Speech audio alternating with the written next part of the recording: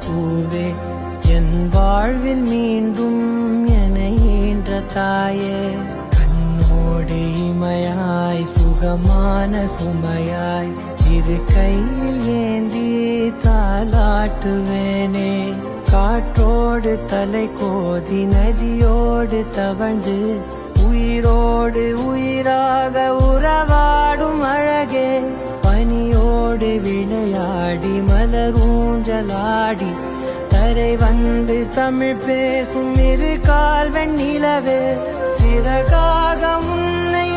நான் ஏந்தி செல்வேன் சினுங்காமல் உன்னை